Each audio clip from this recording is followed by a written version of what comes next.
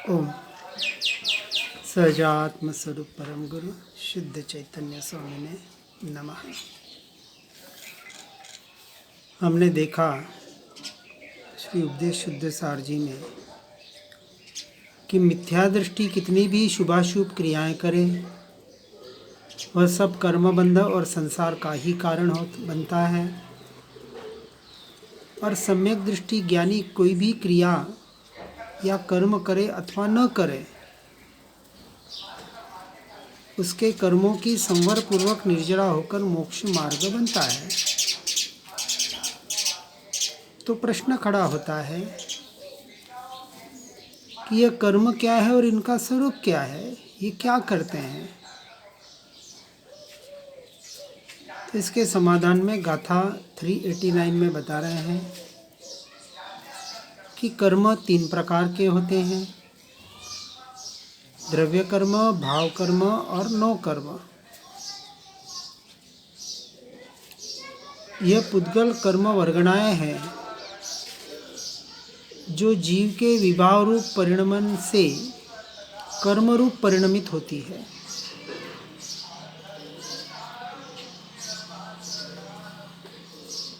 जड़ या पुद्गल की वर्गणाएं अर्थात परमाणु 8 प्रकार के अपेक्षा से बताए जाते हैं।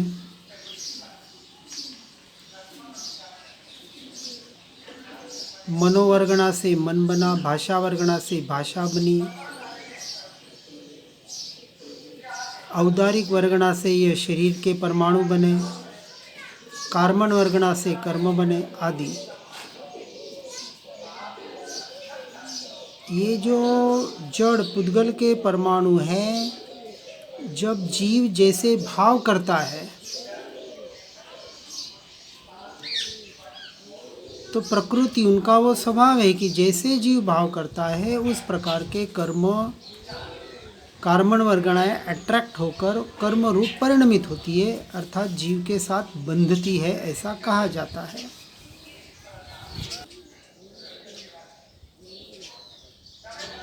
इस तरह से जीव जब मोह राग द्वेष आदि भाव कर्म करता है तो उन भाव कर्मों से ज्ञानावरण आदि द्रव्य कर्म बंधते हैं, अर्थात जीव की दृष्टि जब पर पर्याय की तरफ जाती है, जब पर में जीव मैं और मेरापना करता है अज्ञानता से, मिथ्यात्व की वजह से, तब कर्मों का आश्रय होता है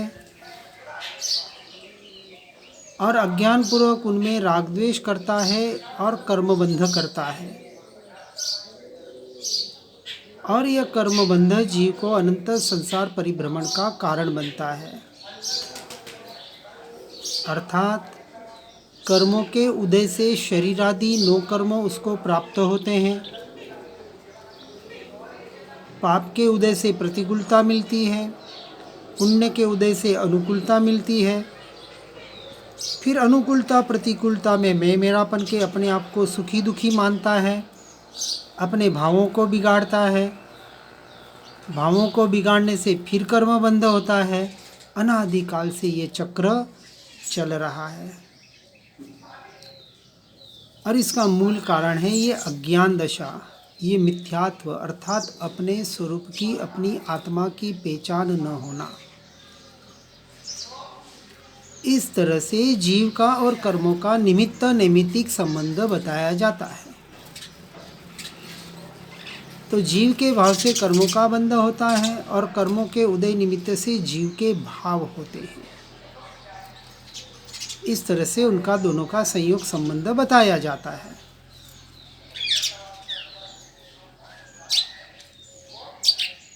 यदि जीव अपने स्वरूप को, स्वभाव को यथार्थ रूप से पहचान ले और पर को पर रूप जान ले, मान ले, श्रद्धान कर ले,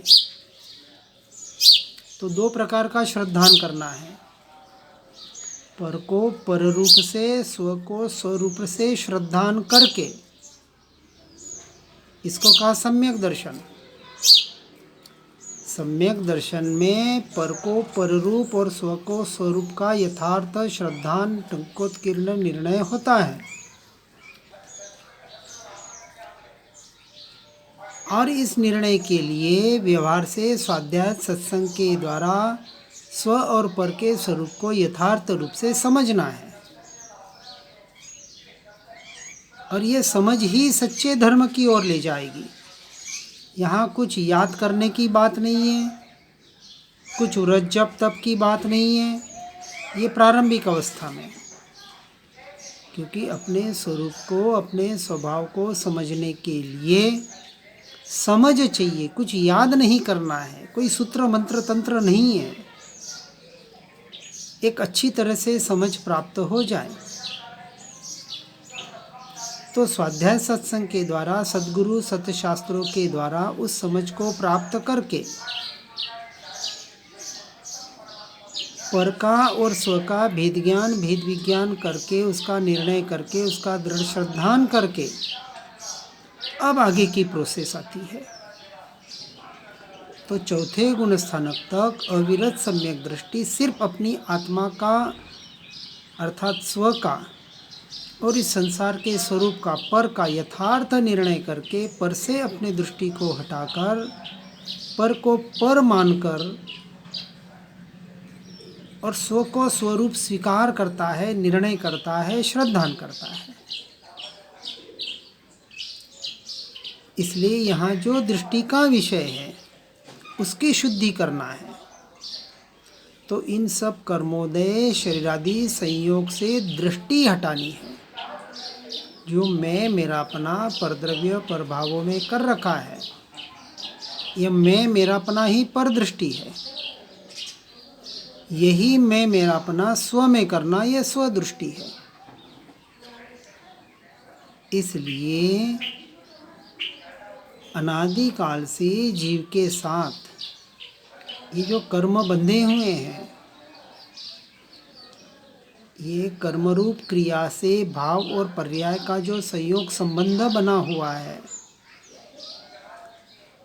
वहाँ से दृष्टि को हटाने का प्रयास और पुरुषार्थ करना, यही हमारी साधना और आराधना। क्योंकि कर्म के उदय से मन वचन काया रूप इस शरीर की जड़ रूप क्रिया होती है और कर्म के उदय से ही बाहर के संयोग आदि स्त्री पुत्र परिवार धन वैभव आदि मिलता है। ये सारे संयोग पौद्गलिक है, जड़ है, अचेतन तत्व है। भले स्त्री पुत्र परिवार आदि जीव तत्व जीव हो, परंतु मेरे लिए वो अचेतन तत्व है, मेरे कुछ काम के नहीं है।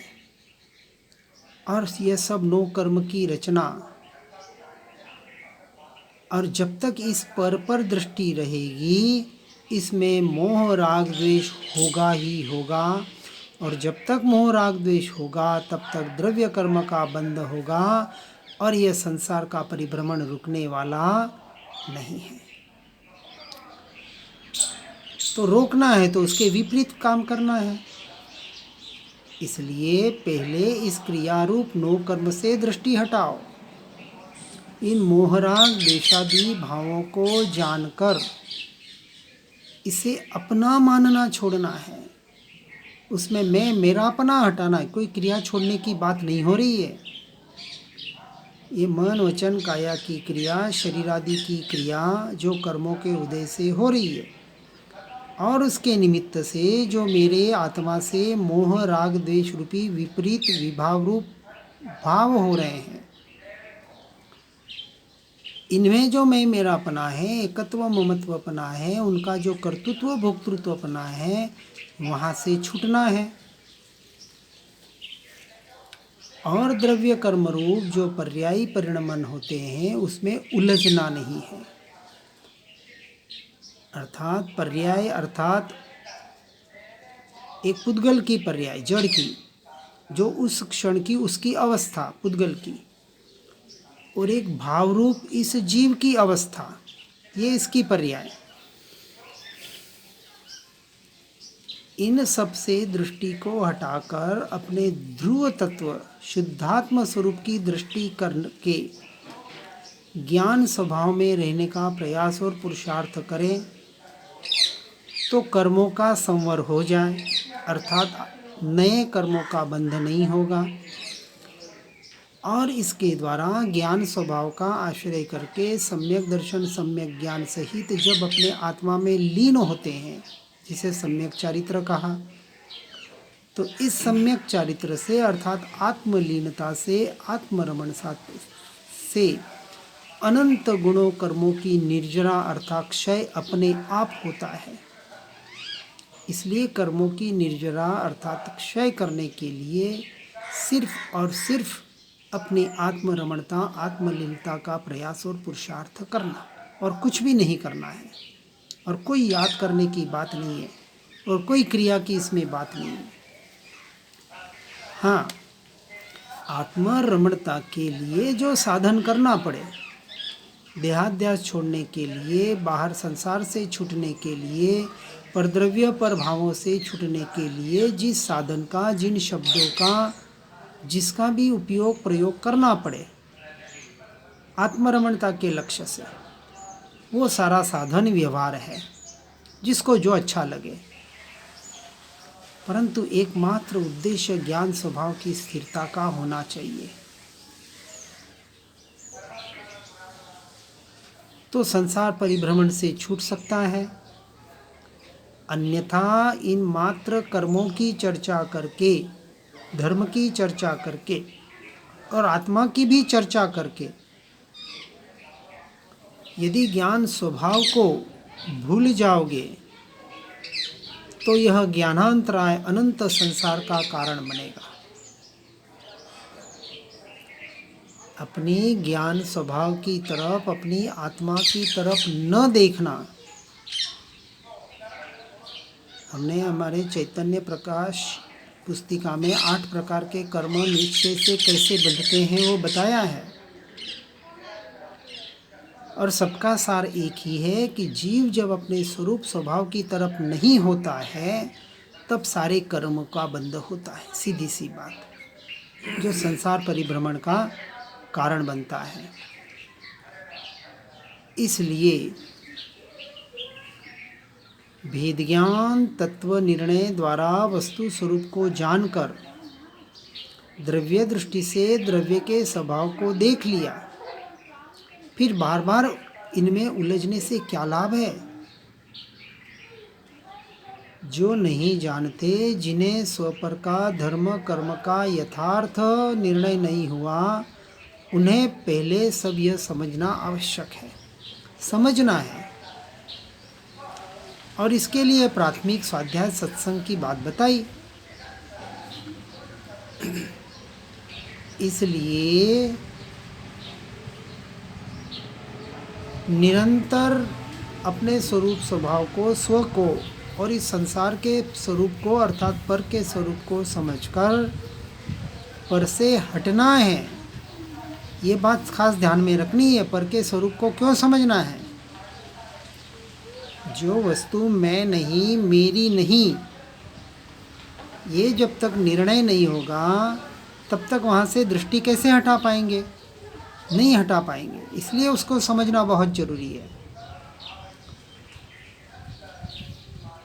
इसलिए यह जो क्रिया नो कर्म, उसके निमित्त से होने वाले भाव अर्थात भाव कर्म, जिससे पर्याय द्रव्य कर्म रूप परिणमन करता है, इसमें पहले क्रिया रूप परिणमन से छूटना, दृष्टि हटाना आवश्यक है। क्योंकि जब तक यह संयोग रहेगा तब तक स्वभाव में स्थिरता तथा दृष्टि में अपने में नहीं आ पाएगी। हम संसार में रहकर अपना काम करना चाहते हैं, तो कब तक संसार में रहना है इसका विचार करना।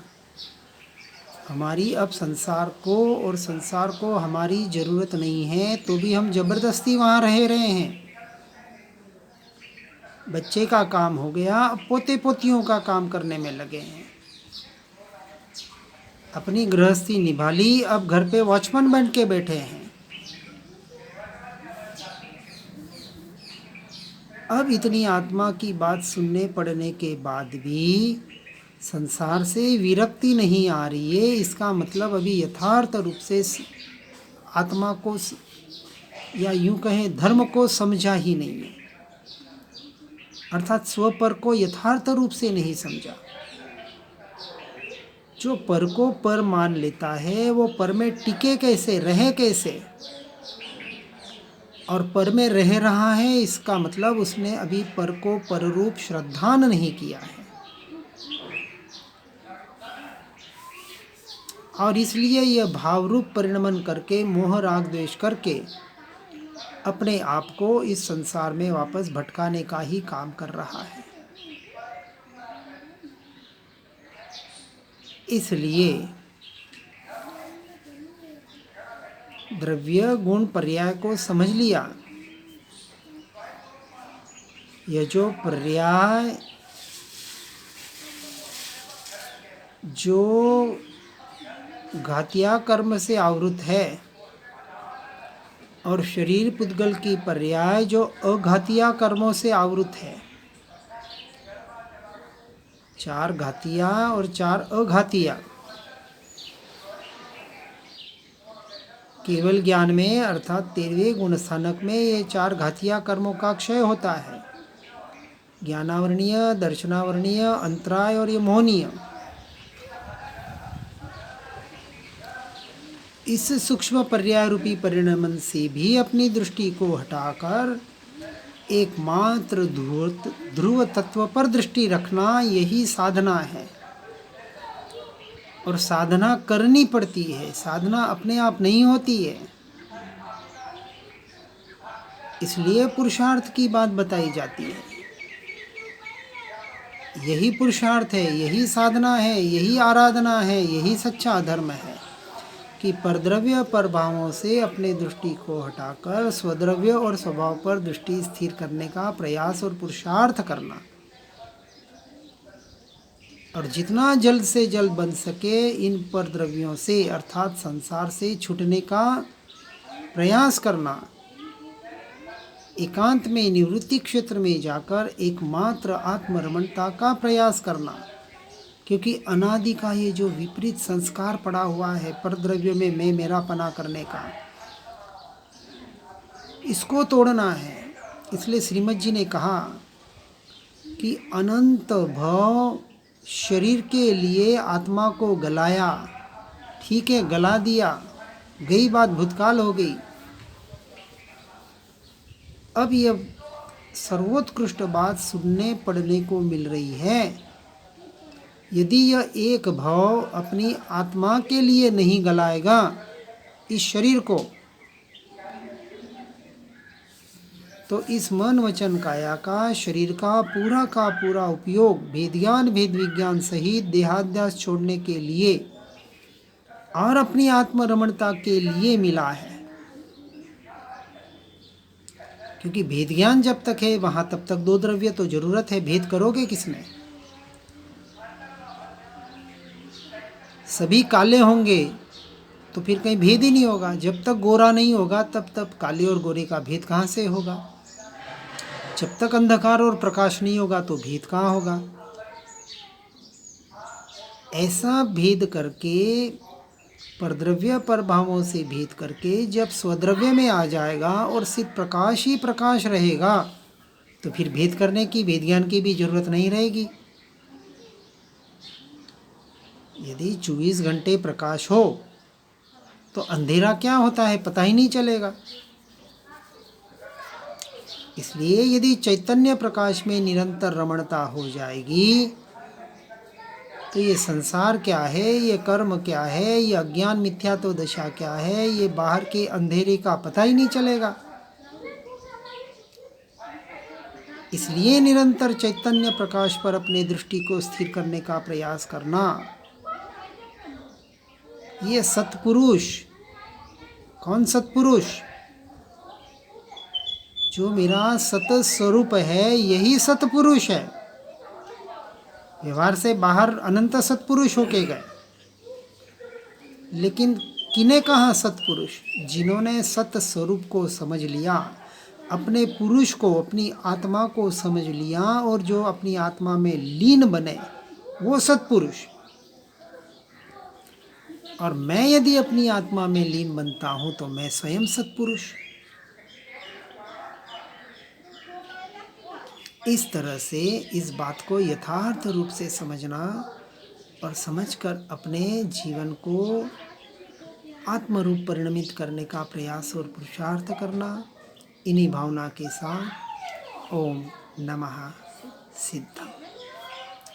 जिन वाणी के ज्ञान से हो सम्यक श्रद्धा, हो चारित्र महान, पाऊं पद निर्वाण। जहाँ वाणी के ज्ञान से सूझे लोकालो, सो वाणी मस्तक नमो सदा देत हूँ तो।